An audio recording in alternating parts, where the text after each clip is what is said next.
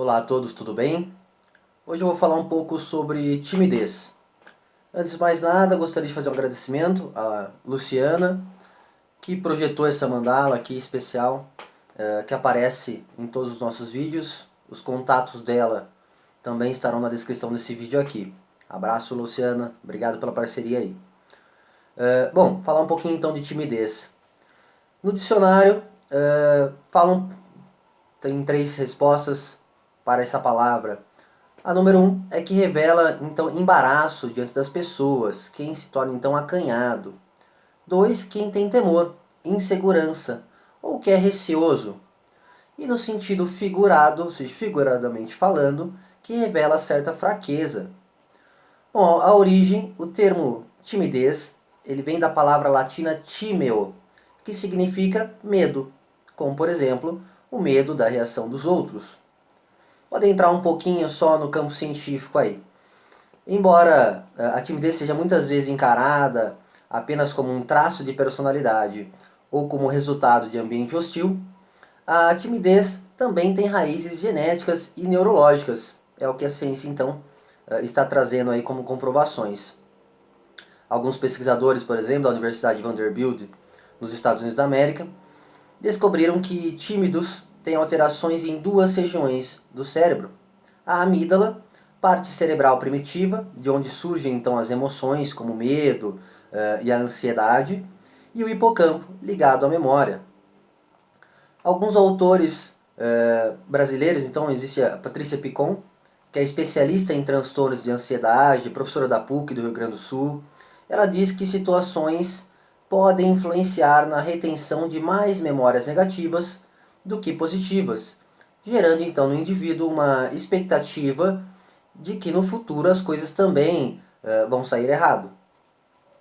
O ambiente também contribui para a formação introspectiva dos tímidos, segundo Arnold Buss, psicólogo e um dos autores de um livro que retrata também desse assunto. Há duas origens então para a timidez, diz Buss. Uma, chamada de timidez medrosa, teria predisposição genética e se desenvolveria no primeiro ano de vida.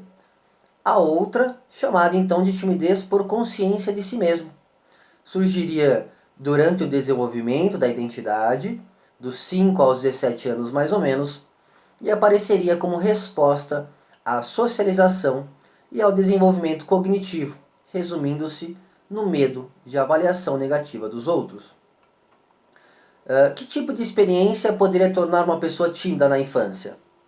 Segundo o psicólogo alemão Jens Eisendorf, autor de um estudo sobre as origens do sentimento, ele diz então que vivências sociais fracassadas, nesta fase, podem mudar a personalidade de alguém. Assim, se uma criança tenta se integrar com os colegas, mas é constantemente rejeitada, sua reação é criar um comportamento inibido e fechar-se para novas interações, talvez até para o resto da vida. Bom, os segredos da timidez então. Eu vou dar um exemplo sobre o mágico. O mágico é aquele então que traz a mágica de um lado, porém faz seu segredo em outro canto. Ele chama a atenção para a mágica aqui em cima, enquanto ele manipula toda a mágica de verdade, ou por detrás da mágica, em outro canto. Considerando tais aspectos, diria então que um grande segredo da timidez seria o controle sobre a sua própria atenção e a despreocupação sobre o outro, sobre as falhas que podemos ter, sobre o agradar ao outro, sobre a insegurança e sobre a incapacidade de se compreender que temos falhas e que elas fazem parte sim de nós. Por exemplo, quando vamos dar alguma palestra ou apresentar um trabalho, seja na escola, na faculdade, seja onde for, temos de compreender esses pontos antes de mais nada. Compreender quais são os meus limites, por que eu estou me sentindo tão inseguro. Eu estou falando de um tema que eu sei, que eu estudei, então eu sou capaz de falar sobre aquilo. Eu posso errar? Posso, como qualquer ser humano. Ok? O segredo principal então é chamar a atenção, assim como o mágico, para si mesmo.